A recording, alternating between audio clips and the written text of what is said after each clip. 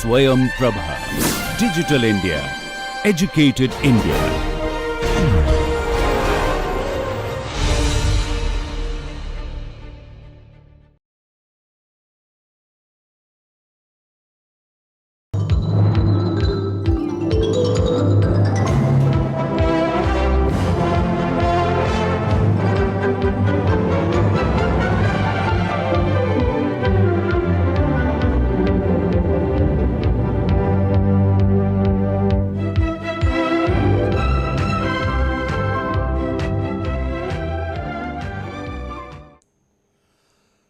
We continue the discussion on elements of human resources planning by getting into what can be described as attracting applicants. Now, there are several ways of attracting applicants, some which are using the current IT methods, some which are using conventional methods, but above all the process remains the same in its core.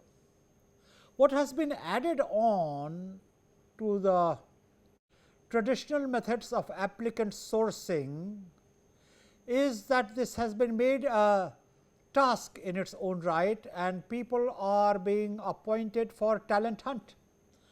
It may be as consultants, it may be as headhunting agencies, and the sources of dissemination of information need not necessarily be through the printed media, but it can be through the creation of a home page, it can be through using enterprise websites, and it can be in different modes depending upon what is the age bracket of the applicant you are looking at. The general assumption is that people below 40 are spending more time surfing and networking in certain geographies than in others. No generalization of this variety is entirely ever universal, and it is best to work under this notion. But then, while looking at various techniques, it is also necessary to look at some of the more fashionable techniques, if I can use that word, of attracting talent, which begins with predictably using enterprise websites. Enterprises' online recruitment process is an important strategy to attract talent. The presumed advantage is on speed and efficiency. Of course, it helps the registration function and lists available jobs. It also provides information about the role of the employees and the company culture and values. It allows applicants to get a good idea of whether enterprise would suit them or not. But the question is not of whether enterprise suits them or not. The question is equally whether they suit the enterprise or not, and on this there seem to be no filters. One of the useful techniques which have been tried here and which comes out very useful here is internship schemes. The internship schemes can be developed to attract first and second year university students. And as interns, you have a chance of being under observation and getting a gut feel of how the organization works. This gives students an opportunity to work with the enterprise. Students gain valuable experience, and there is the possibility of becoming a full-time employee after graduation. Interns take on same responsibilities as management trainees and learn about sales, marketing, customer service, business management, administration support. But there is a real danger of this being converted into a labor saving device of full-time employees. And in certain sectors, this is becoming so endemic and so common that the standard of service is going down. And it has become a tool either of saving on losses or multiplying on profits, depending upon which argument is holding the center stage at what stage. especially in the hospitality industry, with the kind of rates which are charged in prestigious halls of prestigiously branded names in the hospitality sector, to have trainees of hospitality institutions being put there to handle important clients who do not know the difference between one drink or another, and the trainees will not know the nuances of which food to serve when, help to buffer in with lower grade skills, skills which are really of a much higher order in terms of requirements. So, these distortions which take place in workplace because of internship schemes has to be kept under check. Enterprise Graduate Management Trainee Program is a useful tool in this direction. We will not spend time detailing this in any manner, but these are well understood norms and approaches. But I will walk you through the training and selection planning steps. By the time you have reached this point of discussion in this presentation, it is assumed that you have some understanding of what is recruitment, selection, skill formation, redeployment about, because we have spent some time discussing that. So, there is no point in visiting it, but we can spend some time in looking at the steps of planning, and I intend to take you through some of them to understand how planning for recruitment and selection process can take place.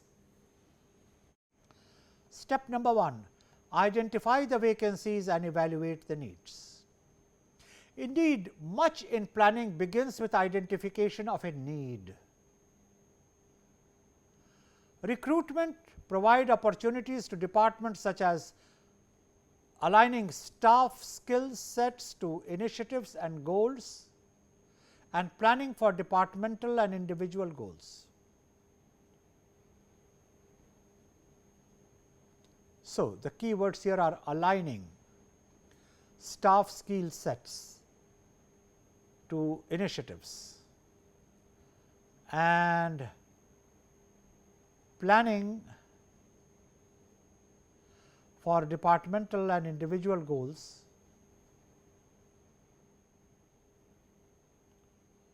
as an independent activity. For newly created positions, one has to understand and take into consideration strategic goals of the department. One has to conduct analysis of upcoming changes. So, anticipative change management is an important skill here, and planning to a very large extent is about anticipating changes, mastery of techniques for mapping them, filling them, operating them, and then carrying out mid-term correction if so required, and that is the scope of planning. These may impact the job role, analysis of the core competencies, gaps in skills, core skills required in the future. It touches upon, besides vacancies and evaluation of needs, replacement. Review the role and decide if there are any changes required, as certain tasks and responsibilities performed by the various person may not or should not be performed by the new person. No two people will have identifiable skills, and if they do not have identifiable skills, the job description may be broadly amenable to 20% modification, and then you have got a creative synergy between what is available and what is required.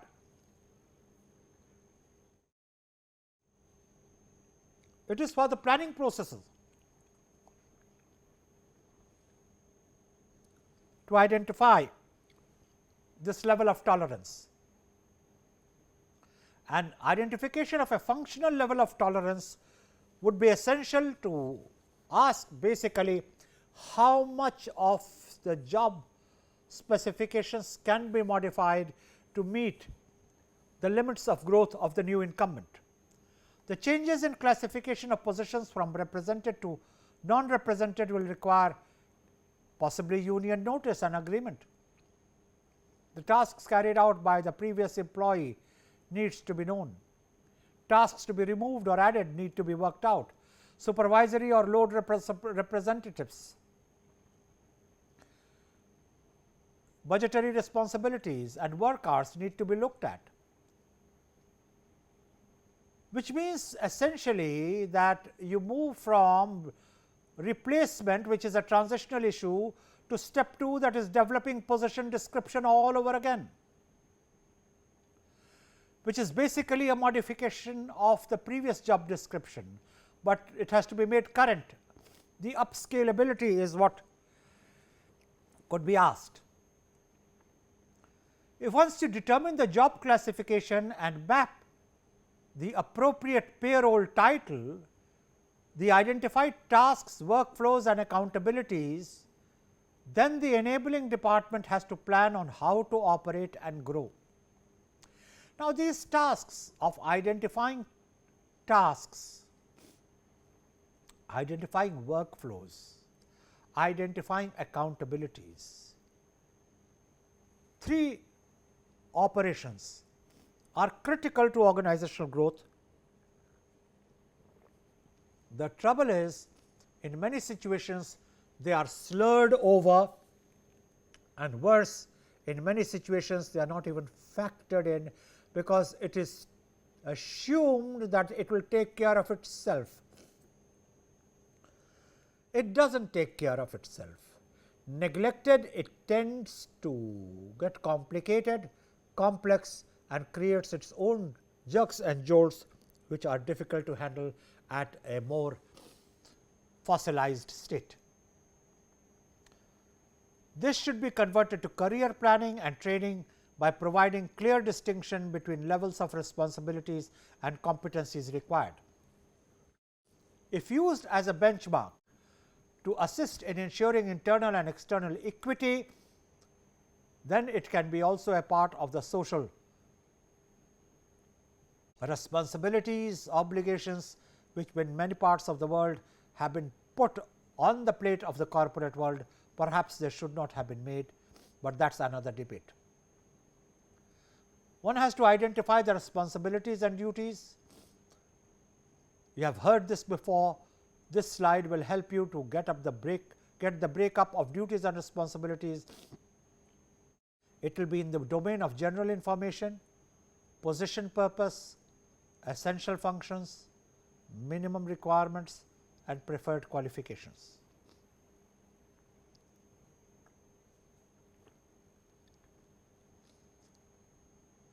It would be a good idea to convert this on a piece of paper. Step 3, develop recruitment plans. In addition to the position placement goals, the plan should contain advertising channels to be used to achieve these goals. And today the advertising channels are very large, ranging from word of mouth to websites. The recruitment plan is typically developed by the hiring manager in conjunction with the department of HR coordinator. The recruitment plan elements are the following: posting period, placement goals, additional advertising resources, diversity agencies and resume banks.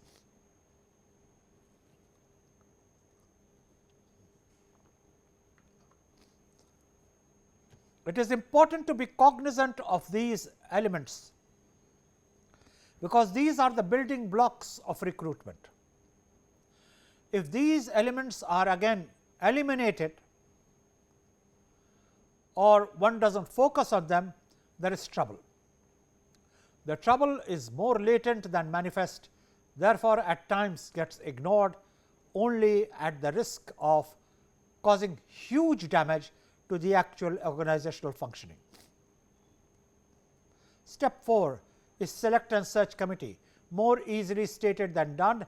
In fact, people believe walking on to select and search committees is a status symbol, when really speaking, it is a specialized function. Select or search committees have to ensure that applicants selected for the interview and final consideration are evaluated by more than one individual to minimize the potential for personal bias. The hiring manager will identify members who will have direct and indirect interaction with the applicants in the course of their job. It is usually useful to plan for recruitment in a manner in which there are at least 2 to 3 filters, and each filter has an objective, and the summary of the findings of that filter need to be recorded for overall coordination at the final stage.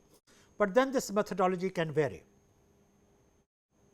Each hiring manager should make an effort to appoint a search committee that represents a diverse cross section of the staff, because this has both professional and social overtones.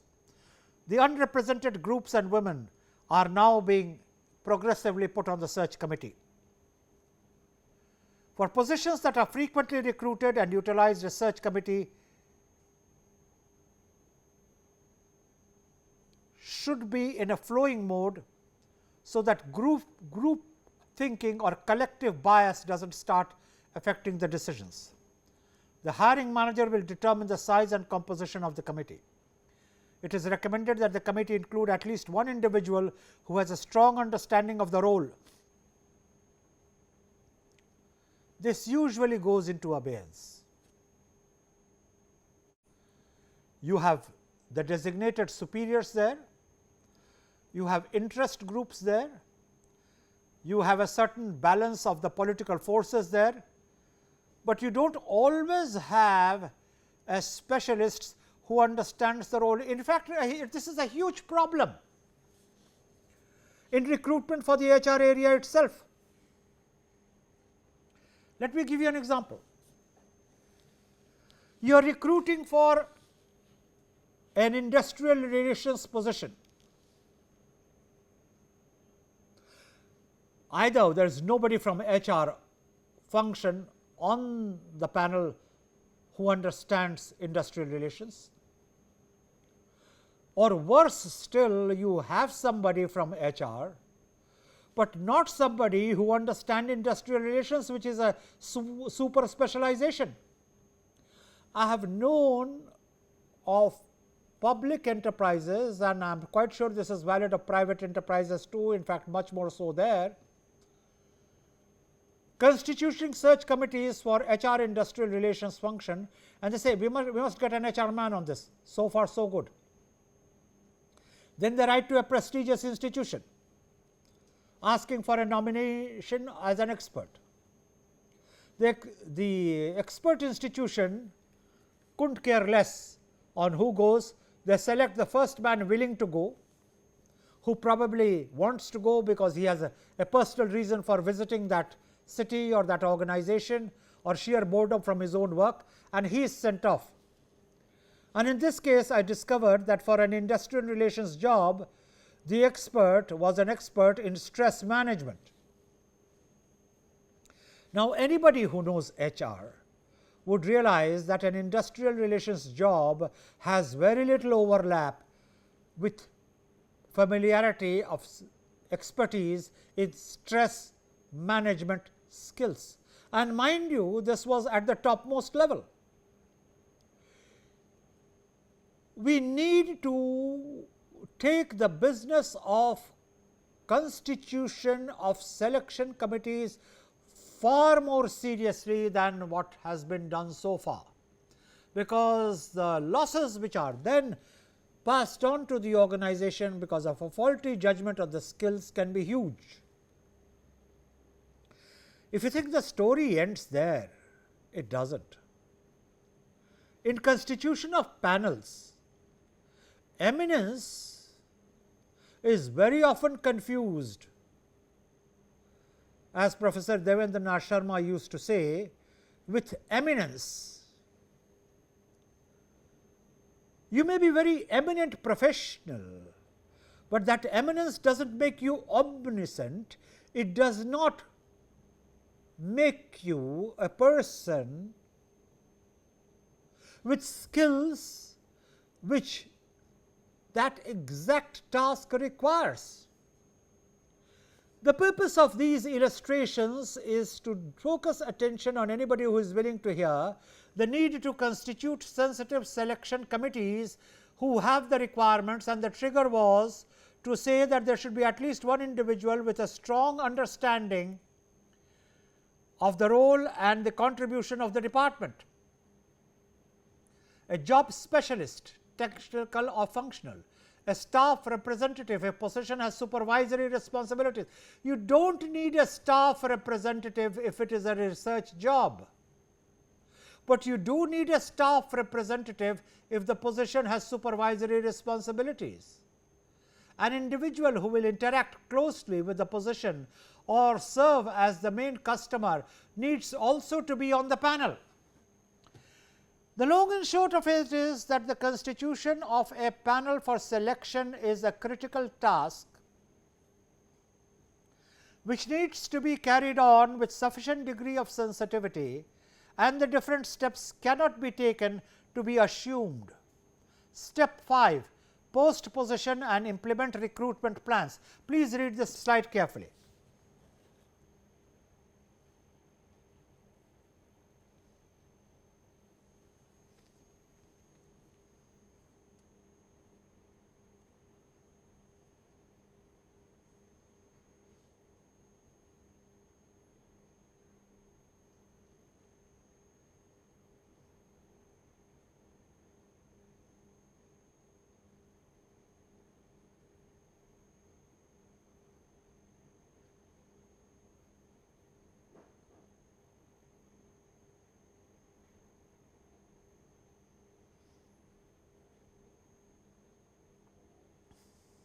The purpose of the description here is to focus your attention on a very simple proposition. Standard operating procedures need to be documented to make sure the whole effort is carried out in a scientific manner, and this cannot be taken for granted. If taken for granted, there will be an issue which will surface years to come, by which time efforts at rectification would have grown too late. Step number 6, review applicants and develop a short list. Applicants are those who apply during the initial application period. Candidates who apply after the initial application period are considered as expression of interests, and there are many situations where people who have applied subsequently after the initial period have not been considered because of a technical flaw. Each committee member may provide comments to each applicant's qualifications as they relate to the minimum requirements of the position.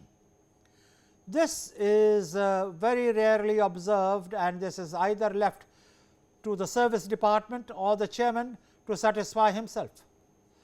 The chair reviews all such committee comments and develops a short list. It is important to go through the second and the third step to have a scientific short listing. If the short list is deemed to represent a sufficiently diverse applicant pool, the short list will be approved. Now, this is a very important concept. The short list must represent a sufficiently diverse applicant pool. Once approved, the applicant can then be contacted for interviews. Step 7 is conduct of the interview. The interview is the single most important step in the selection process, and the opportunity of the employer to learn about the employee to be or aspiring employee and vice versa is critical. How do you prepare for the interview? You choose 1 or 2 questions from each competency and minimally required skills to develop the interview questions. You do not just walk into an interview panel and assume you know because you are a designated superior. there should be a structured process for conduct of the interviews, and I put down here some items which are usefully followed in the more evolved companies. The first step you heard me say is to choose 1 or 2 questions from each competency and minimally required skills to develop the interview questions, and presumably the interview committee has a listing of the competencies which are required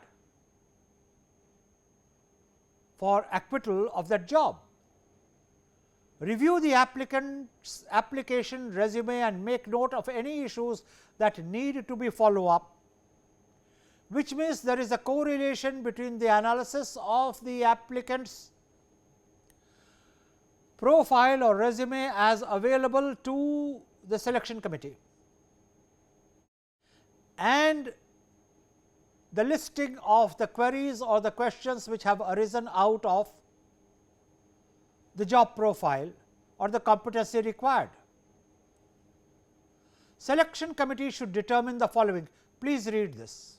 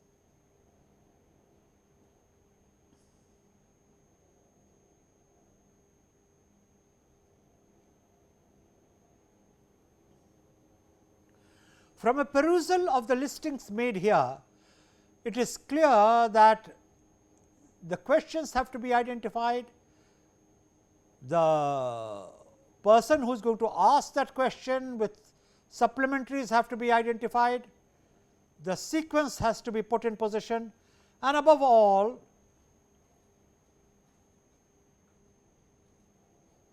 any other detail the applicants may need about the role that were noted in the position description should be shared at the time of the interview.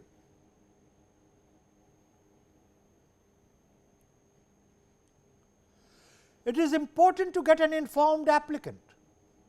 If the applicant needs a detail, give it to him.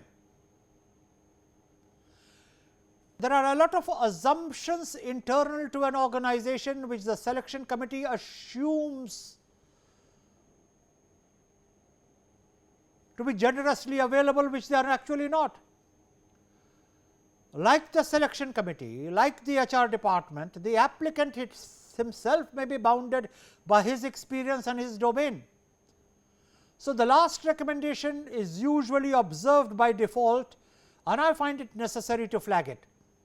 Any other detail the applicants may need about the role that were not noted in the position description should be shared, and a technique which I have used with considerable positive impact is giving an opportunity to the candidate at the end of the interview to raise any doubts which he may have by asking him, would you like to ask us any question? That creates tremendous confidence in the ability of the organization to forge relationships. And these relationships are central to enduring work exchanges.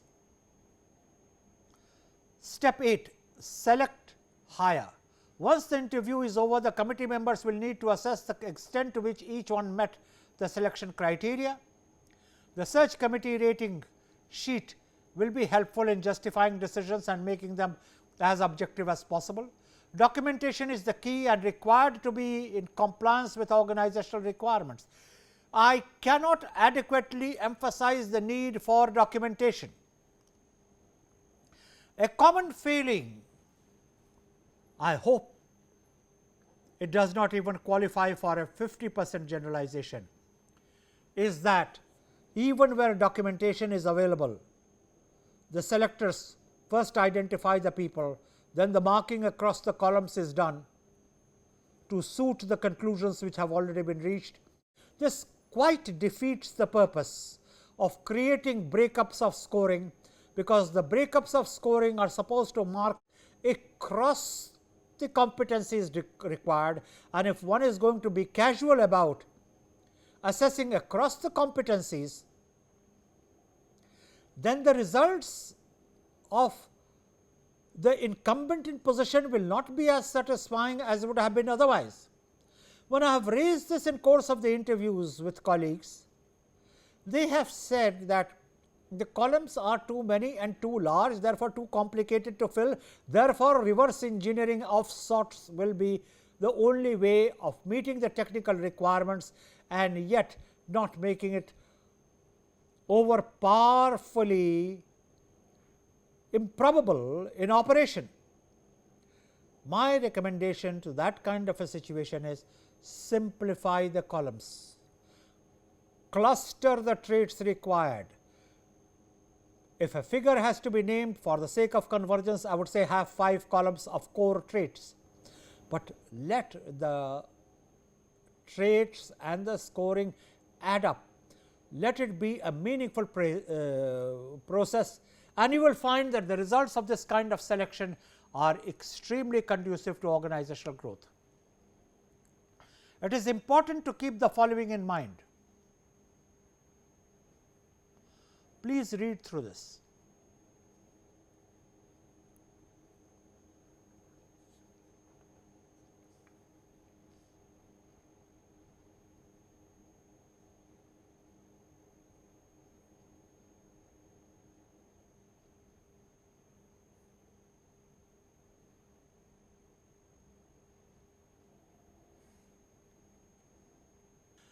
Finalize recruitment. Upon completion of the recruitment process, the offer to the selected finalist is made, the salary is offered to be equitable and leads to retention and motivation of the employees.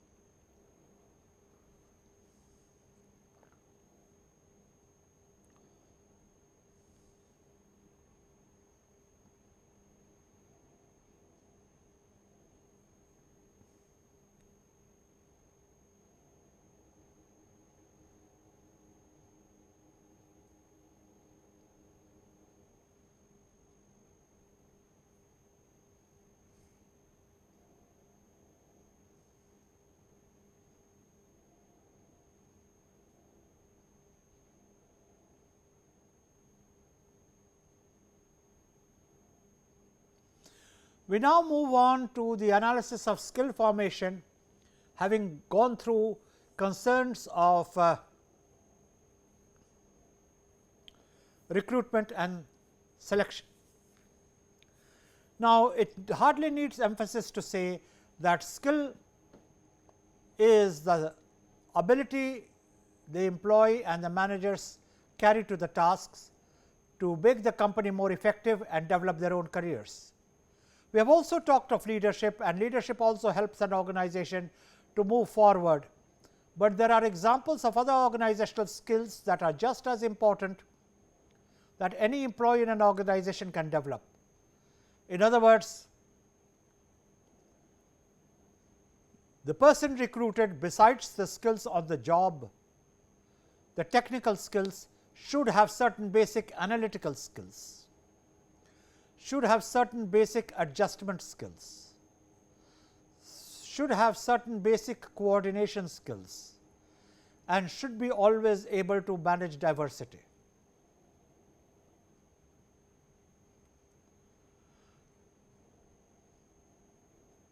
This is a listing of the data collection tools to identify skill gaps.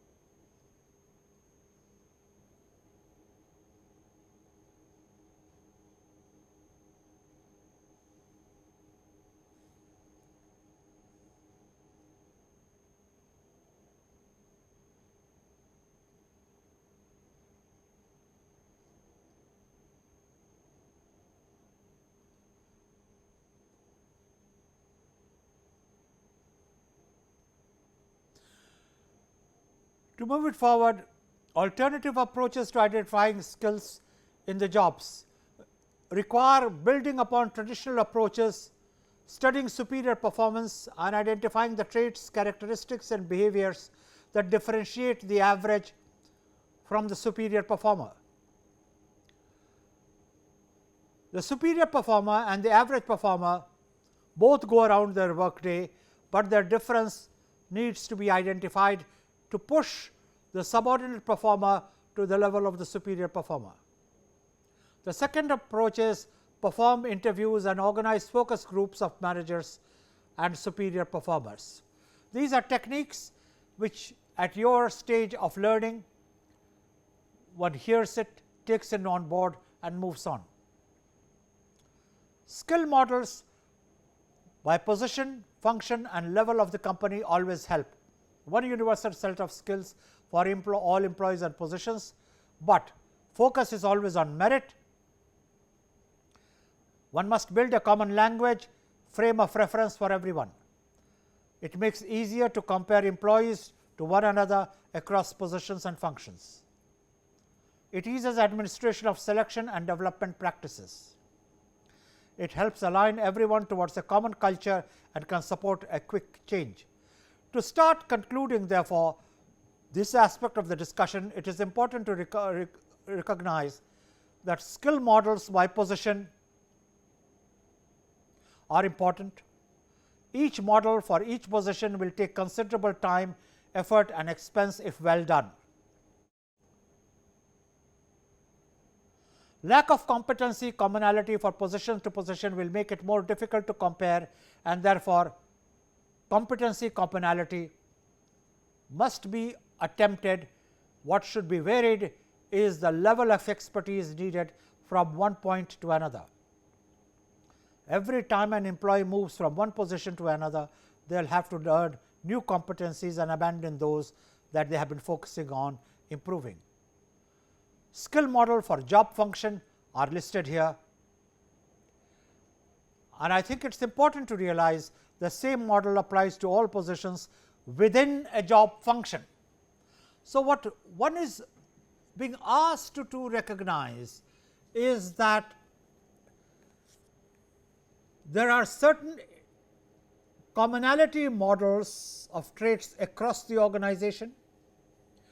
These commonality models are broken up with functional variations from marketing to sales to production to what have you, and then it is further converted into a matrix mode by the scale at which those competencies are to be developed as you go up the ladder. Once you have got that in position, you have got the organizational requirements mapped. Once you have got the organizational requirements mapped, then you have what can be called the availability map. By superimposing the second on the first, the gaps can be realized recognized, and that is your learning and development requirement. From that learning and development requirement, one will work out the future directions of growth, of facilitation of skill development within the organization, which will be tempered as usual by business pressures and business results. The skill matrix level and proficiencies is therefore the result. The skill matrix defines levels of proficiency or skills in terms of set behavior. I have just explained this to you. The number in the rating systems are replaced by job titles, and this helps employees understand the desired level of skills for each job, and this is an integral part of manpower planning. This is an integral part of HRP, and this is what is at the core of significance of this entire activity, which is at the heart of organizational performance, because ultimately whatever be the structures, whatever be the processes, whatever be the procedures, it is the human being behind the managerial action which will determine its effectiveness and it will determine its operation, and for that a proper backup of the HRP process is a must, failing which it becomes akin to fiddling with wires at the dark. Sometimes success comes, but there are many occasions on which success just has not come, and it is impossible to ensure a certain stability in the results, which alone will be able to acknowledge the future with certain degree of surety and confidence for the organization to grow. For the present, thank you.